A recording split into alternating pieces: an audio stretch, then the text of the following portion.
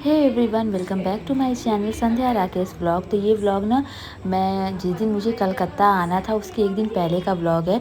तो ये सारा कुछ मैंने बेड पे जो निकाल के रखा, ये सारा कुछ बरही के दिन बाबू को गिफ्ट में मिला था।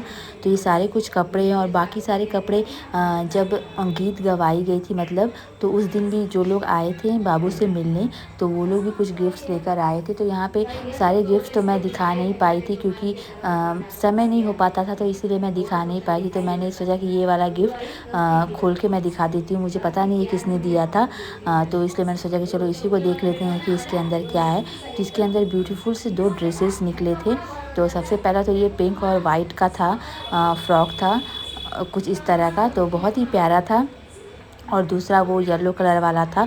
तो बहुत सारे कपड़े थे जो बाबू को मिले थे और जो मेरे रिलेटिव्स लोगों ने भी दिए थे, वो सारे भी कपड़े थे। पर मैं दिखा नहीं पाई आप लोगों को अगेन, क्योंकि मुझे समय ही नहीं मिल पाता था बाबू को संभालने में। तो ये सारा कुछ मैं इसलिए निकाल के रख रही थी क्योंकि मुझे पैकिंग करनी थी। दूसरे दिन मेरी ट्रेन थी कोलकाता की, तो इसलिए मैं सारा कुछ पैक कर रही थी, सारा कुछ सामान अरेंज कर रही थी। तो यहाँ पे मम्मी बाबू की मालिश कर रही थी। तो मेरी दीदी और बाबू भी आए हुए थे नोएडा से, तो हम लोग सब साथ ही में निकलने वाले थे कोलकाता के लिए। तो मेरा भैया आया था हम लोग को कोलकाता से रिसीव करने। तो ऑलमोस्ट 2 साल होने को हैं जब बाबू बाबू भैया से, मतलब कि आई मीन अपने मामा से मिल रहा है। तो भैया ना लाला से मिल के बहुत ज़्यादा इमोशनल हो गया था, उसकी आंखों में आंसू भर आए थे क्योंकि 2 साल बाद वो लाला को देख रहा था। लाला जब से पैदा हुआ था वो हम लोग के साथ ही था।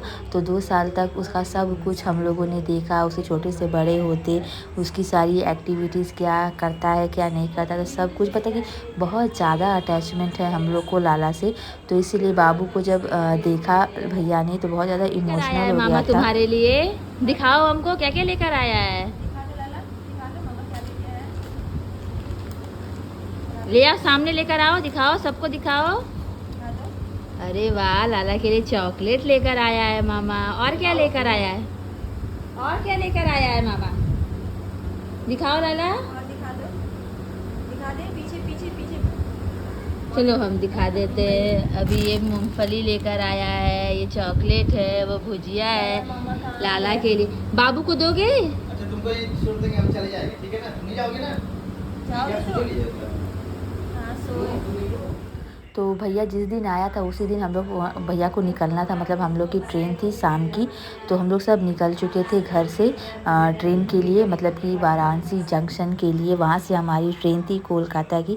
तो स्टेशन पे पहुँच आए थे हम लोग, थोड़ा समय था अभी हम लोग को ट्रेन पकड़ने में। तो यहाँ पे हम लोग बैठे हुए थे और ये बाबू के साथ सारा टाइम स्पेंड करना चाहते थे। बाबू को लेके इधर उधर घूम रहे थे और बहुत ज़्यादा इमोशनल भी हो रहे थे क्योंकि कोई भी छोटा बच्चा होता है उसे बहुत ज़्यादा लगाव हो जाता है। फिर तो वो उनकी अपनी खुद की बेटी है, तो क्यों नहीं। तो उन्हें बहुत ज़्यादा बुरा लग रहा था कि वो जा रही थी, वो तो जाने ही नहीं देना चाहते थे। पर मेरी ज़िद की वजह से कि नहीं मुझे जाना है मम्मी के पास, इसलिए उन्होंने कहा कि चलो ठीक है चली जाओ। पर अगर उनका बस चलता तो वो जाने ही नहीं देते हम दोनों को ही, क्योंकि वो बहुत ज़्यादा बोर हो जाते हम लोग के चले जाने से। तो जैसे जैसे समय नज़दीक आ रहा था हमारी ट्रेन का, ये इमोशनल होते जा रहे थे। तो एक बार को तो ऐसा हो गया था कि ये मतलब कि हम लोग एक जगह खड़े थे और वो अलग साइड में जाके बाबू को लेके लिटरली सच में बहुत रो रहे थे। तो मैंने जब नोटिस किया, मैं उनके पास गई तो उन्होंने मुझे बोला कि नहीं तुम जाओ, मतलब कि जाओ मत देखो मुझे। ऐसा मतलब कि वो नहीं चाह रहे थे कि हम उनको देखें रोते हुए। तो कुछ ऐसा होता है बाप बेटी का रिश्ता। तो मुझे भी अच्छा नहीं लगता है, कहीं भी सेटल हो जाओ ना तो कहीं से भी आने जाने का मतलब कि मन नहीं करता है। काश पास में मम्मी भैया रहते तो कितना अच्छा होता, जब मन करता तब चले जाते, इतना लंबा दूरी तो तय नहीं करना पड़ता। तो हम लोग को ट्रेन में बैठा के वो चले गए थे।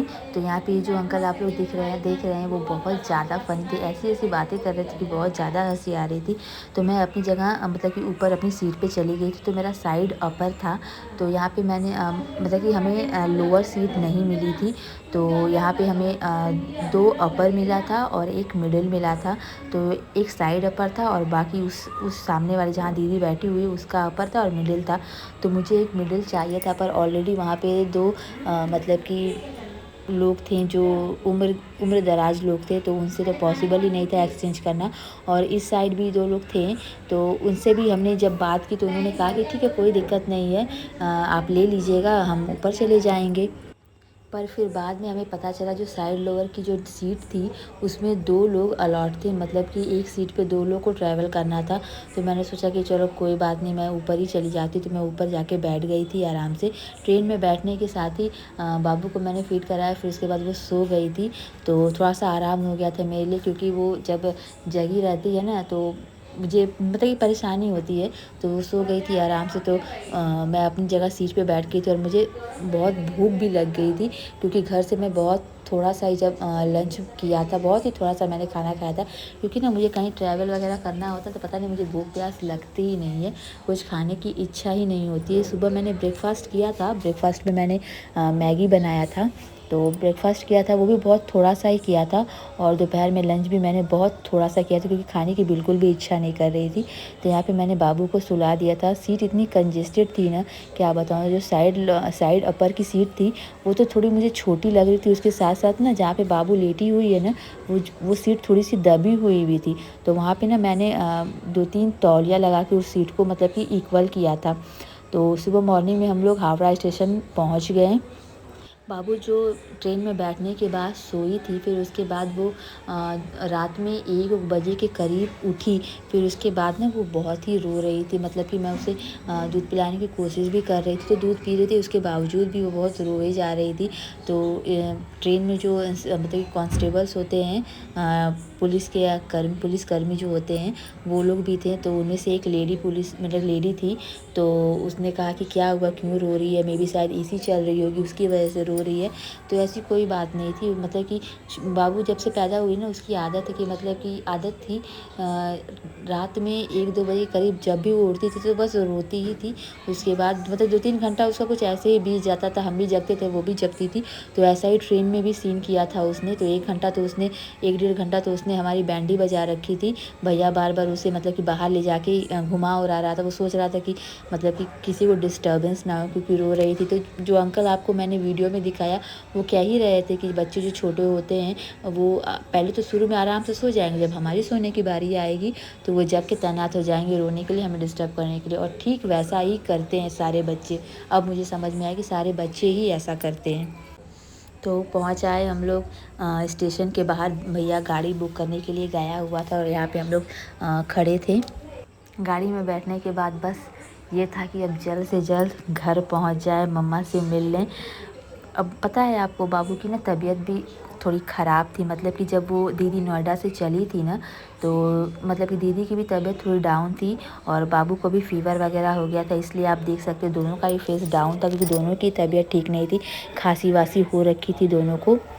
दीदी तो दवाई वाई खा के थोड़ा बहुत ठीक भी हो जा रही थी, पर जो डुग्गू है मेरा लाला जो है वो बिल्कुल भी दवाई नहीं खाता है, बिल्कुल भी नहीं खाता है। पता नहीं, मैंने तो कभी ऐसा मतलब कि ऐसे बच्चे को रिएक्ट करते नहीं देखा। हाँ, थोड़ा बहुत तो दवाई खाने में नाटक करते ही हैं, पर बाबू ना सच में बताऊं, हम लोग जब उसको फ़ीवर हो रहा था, मैं मेरे हस्बैंड दीदी हम तीनों ने उसको पकड़ा हुआ था, फिर भी वो इकलौता छोटा सा बच्चा हम तीनों पे भारी था। वो हमें दवाई खिलाने ही नहीं दे रहा था। उसे फ़ीवर हो रखा था, उसे मतलब कि खांसी भी थी, सर्दी भी हो रखी थी, पर वो दवाई खाना बिल्कुल भी नहीं चाहता था। तो फिर उसके बाद मेरे हस्बैंड ने कहा कि चलिए इनको डॉक्टर को दिखा देते हैं, इंजेक्शन वगैरह लगा देगा। तो इंजेक्शन लगवाने के लिए भी लेके गए थे, तो फिर भी वहाँ पे डॉक्टर ने कहा कि इंजेक्शन तो लग जाएगा, फिर भी दवाई तो खानी ही पड़ेगी। फिर उसे घर लेकर आए, फिर हमने कोशिश की उसे दवाई खिलाने की, पर बिल्कुल भी उसने दवाई नहीं खाई। दवाई अगर भूले भटकी उसके मुंह में चली भी जा रही थी तो वो वॉमिट कर दे रहा था, सारी दवाई बाहर, सारी मेहनत बाहर। तो मेरे बड़े पापा ने कहा था कि नहीं खा रहा है एलोपैथी मेडिसिन, तो होम्योपैथी मेडिसिन ही उसे खिलाई जाए। तो होम्योपैथी मेडिसिन वो आराम से खा लेता है, पर एलोपैथी मेडिसिन कोई भी हो वो बिल्कुल भी खाना नहीं चाहता है। तो फाइनली हम लोग घर पहुंच आए थे। यहाँ पे मम्मी ने हमें दरवाजे पे ही खड़ा कर रखा था, पता नहीं अंदर क्या कर रही थी। तो तकरीबन 9:30-10 बजे के करीब हम लोग घर पहुंच आए थे, सुबह ही सुबह था तो घर पहुंच आए थे हम लोग। तो यहाँ पे पता नहीं मम्मी क्या कर रही थी, हम लोग को दरवाजे पे ही खड़ा करवा रखी थी। तो तकरीबन 9:30-10 बजे के करीब हम लोग घर पहुंच आए थे। तो यहाँ पे ना मम्मी हमारी तिलक की तैयारी कर रही थी, मतलब कि बाबू आई थी ना पहली बार, तो इसलिए मम्मी ने आरती की तैयारी कर रखी थी उसके वेलकम के लिए। तो यहाँ मम्मी सबको तिलक लगा रही थी, मुझे भी लगाया, बाबू को लगाया, फिर उसके बाद डुगू को भी लगाया। और यहाँ पे भैया तब तक नीचे से लगेज भी हमारा लेकर आ चुका था। तो फिर मम्मी ने हमारी आरती भी उतारी और यहाँ पे भैया वेट कर रहा था, उसे हड़बड़ी हो रही थी कि कब तक बाहर खड़े रहेंगे। तो फिर हमने घर में एंटर किया। तो मतलब कि जब से शादी हुई है ना, मैं बाहर से या कहीं से भी आती हूँ तो मेरा मन करता है कि मैं पापा से मिलूँ। पापा को मतलब कि निगाहें खोजती हैं कि पापा कहाँ हैं, पापा कहाँ हैं। तो मतलब कि जब मैं घर में एंटर कर रही थी तो मुझे लग रहा था कि पापा होते तो बाबू को देख के कितना ज़्यादा खुश होते, लाडो को देख के कितना ज़्यादा उन्हें खुशी महसूस होती। यहाँ पे ना लाडो को लाके मैंने बेड पर सुला दिया था और फिर बाबू को भी रख दिया था। बाबू भी थोड़ा सा थक चुका था। मम्मी के लिए यहाँ पे कड़ी पत्ता दिया था आरके ने। फाइनली घर आ चुके हैं हम। काफ़ी थकावट सी हो गई है क्योंकि बच्चे लेके चलना उलना एक तरह से बहुत बड़ी जिम्मेदारी ही होती है। तो फाइनली घर पहुंच चुके हैं। अब जा रहे हैं हम फ्रेश होने, फिर उसके बाद लाडो को भी फ्रेश करेंगे, वरना फिर वो रोने लगेगी। तो फिर उसके बाद कुछ समझ में ही नहीं आएगा कि क्या करना है क्या नहीं करना है। मम्मी नाश्ता बना रही है तो पहले जाएँ ब्रश करें, फ्रेश हो, फिर उसके बाद उसको भी फ्रेश करना है। तो मम्मी ने यहाँ हमारे लिए इडली सांभर और नारियल की चटनी बनाई थी। मम्मी ने हमसे पहले ही पूछ लिया था कि तुम लोग आओगी तो तुम लोग क्या खाना चाहोगी।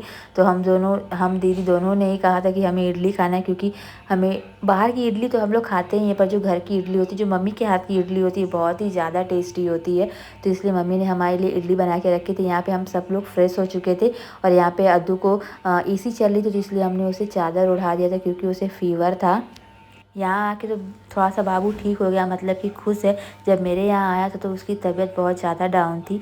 और यहाँ पे मम्मी अपनी लाडो को खिला रही है। तो ये था हमारा बनारस से कोलकाता आने का व्लॉग। आई होप आप लोगों को अच्छा लगा होगा।